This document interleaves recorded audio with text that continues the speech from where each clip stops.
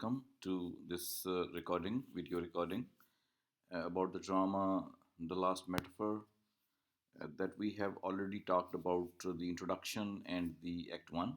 And now we are going on to discuss this Act 2 of the drama. This drama is written by Usman Ali, and as the name goes to suggest, the environment of the drama and the characters which are talked about, Banka and Jugnu, these people, everything go to suggest that it's going to be a Pakistani drama and it has been written in the particular Pakistani context as well.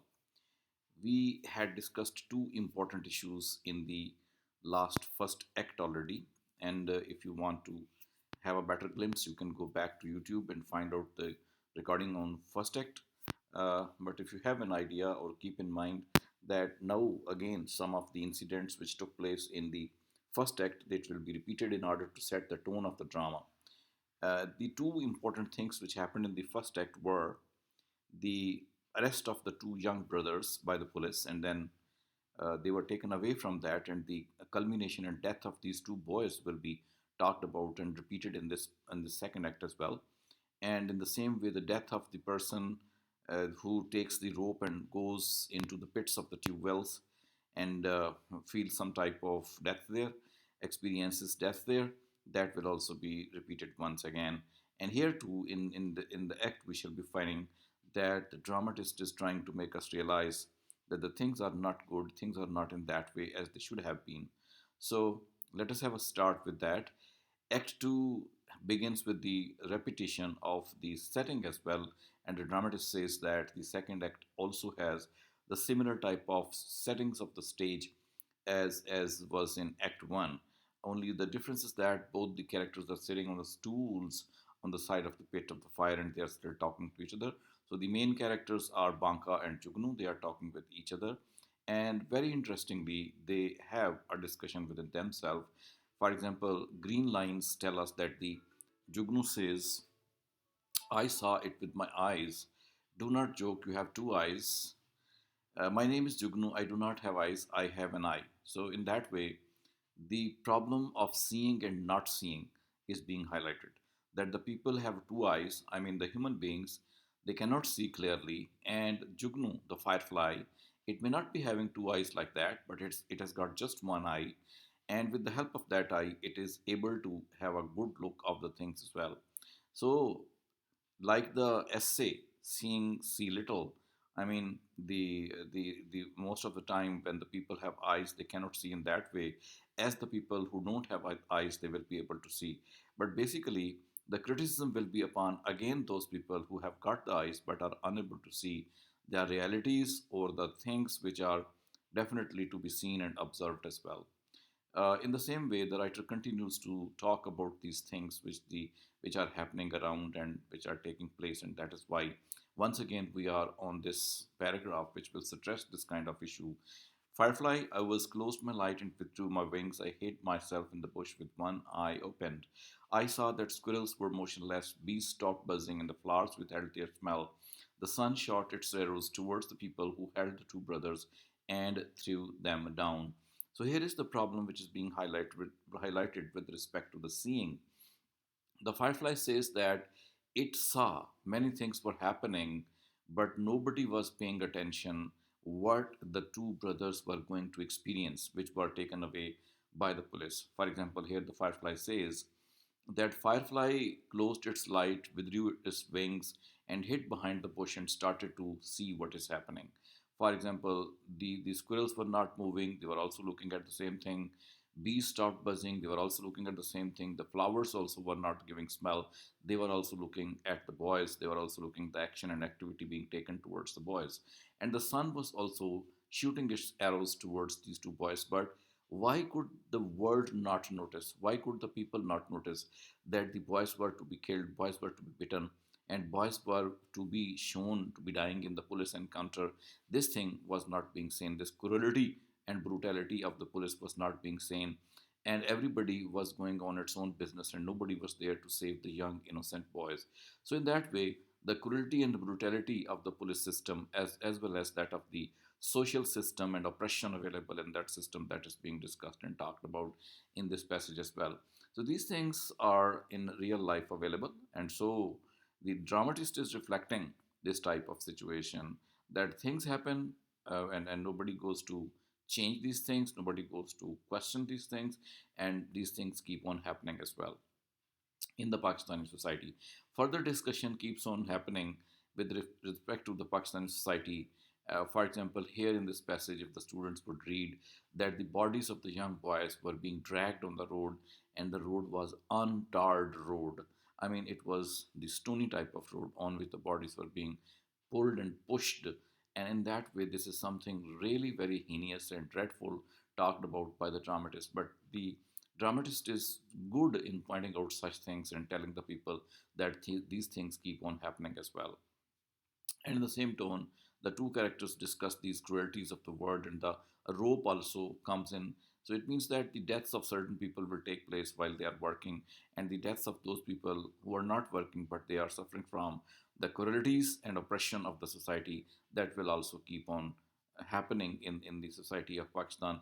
There is no safety measures taken for the workers, and there is no safety measure taken for those prisoners which are taken by the police, and there is no system available in order to question the authority of the policeman and in order to make the lives of the people safer.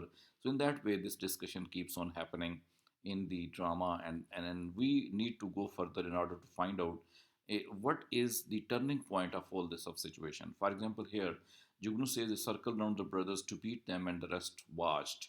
I was also standing divided between police and the boys. The policeman arrived, and the police men came down and stood silently. I was in fear. I watched the boys being beaten to death. I had done violence, but I had never seen it. I had never seen it, Banka. I had never seen it.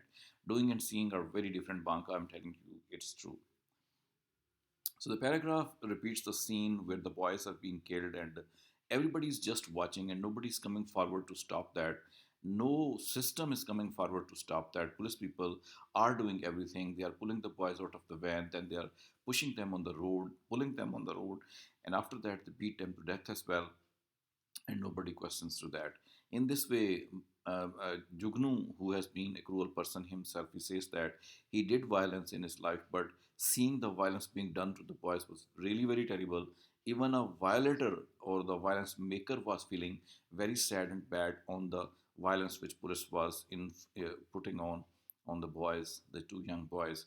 So in this way, the dictatorial type of attitude of the police, which should be definitely to save the people, is there to beat the people towards death. So that cruelty, that brutality, that oppression of the society is being reflected in this paragraph, and possibly this is the situation in the whole of the country as well. So Jugnu and Banka keep on discussing this type of cruelty, and this cruelty keeps on happening everywhere according to them, so they cannot save themselves from that. Now, this thing is being put in another angle. For example, Jugnu says, this is the body. You can feel it in the darkness. It must be saved. What about the living? What about the dead? What about the rope? So that is the gistical lines where we find no difference between the living and the dead. It means the people who are living, they are living like the dead people. And the people who have died, they are alive. So in this way, there is no difference between the living and the dead.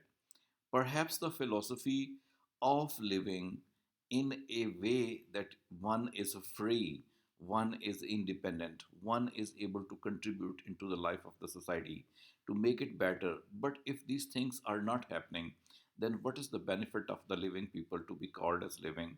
They are just like the dead people. So it means that, according to the dramatist, that if you are not free, then your life is not like the life of the living people, it is the life of the dead people. So in this way, if somebody who is alive but then he dies and no question is raised, then even the life was just like the death of a person, and the death does not make it something different. If that person had no significance and the person has died, there's no difference between being alive and then being dead as well. So in this way, the lives or the valuelessness of life, that is being talked about by the writer, which possibly some people have in our country.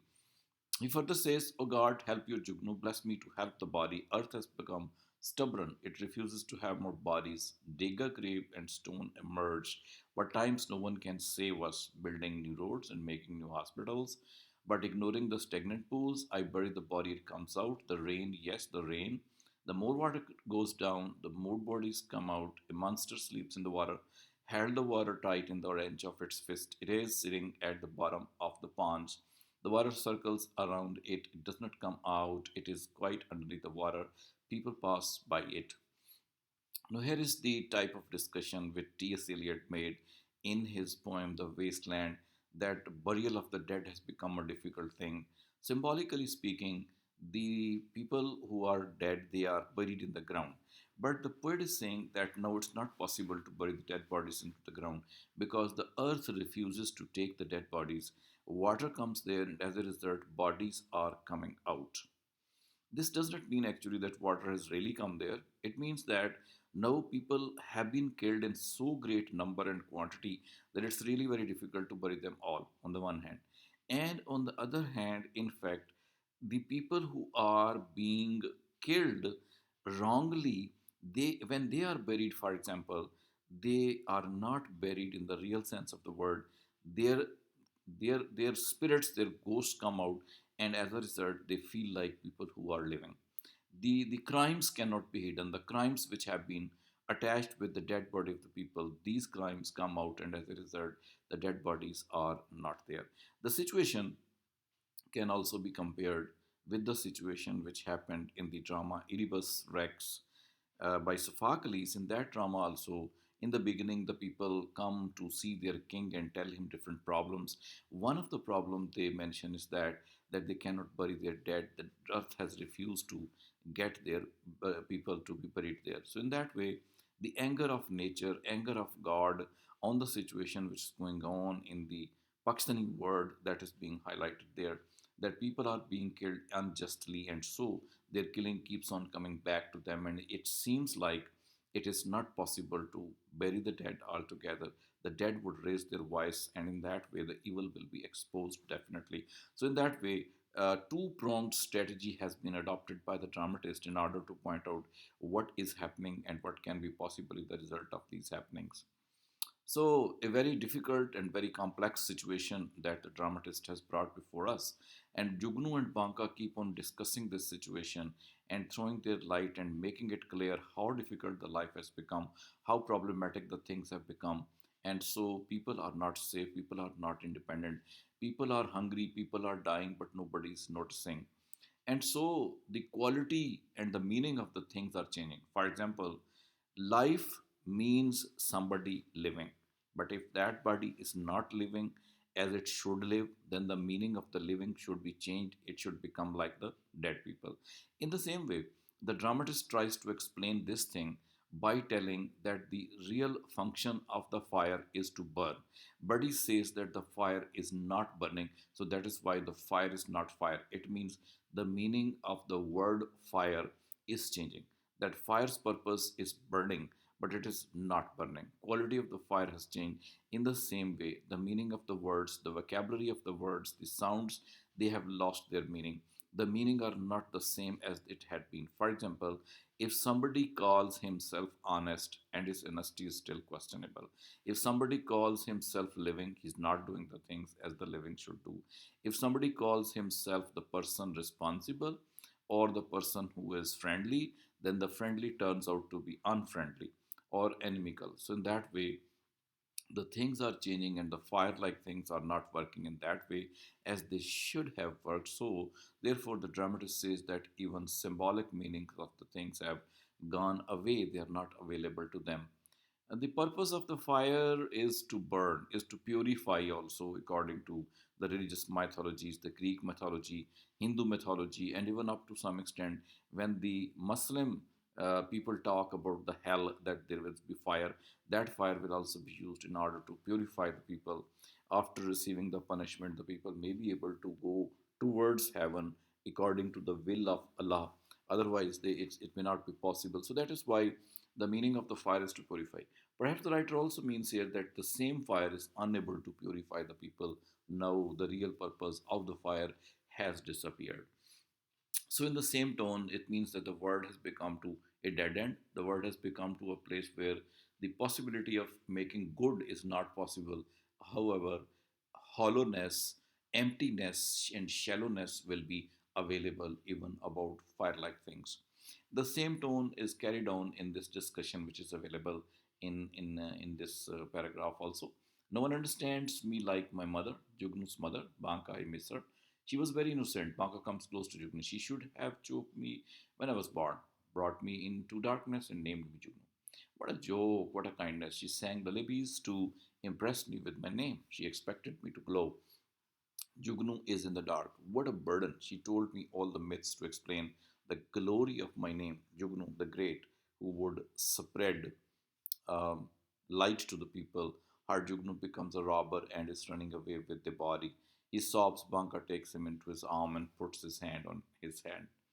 Now, this is the paragraph which brings before us the expectations and wishes of the parents about their sons and daughters. For example, when a son is born, the mother never thinks that her son would become a robber or a bad person. The mother all the time is thinking that her son would be a person like a Jugnu. A Jugnu or a firefly gives fire, gives light to the people. It is able to show light to the people. It's able to show the path to the people who are going in darkness. It shows the path. But according to the writer, the similar type of Jugnu or Firefly is turning into robber. So the expectation of the mothers and the turning of the innocent people into the bad people is going on in this paragraph. This situation, the expectation of the parents and the desires of the parents that they will make their son and daughter as good and as best as possible.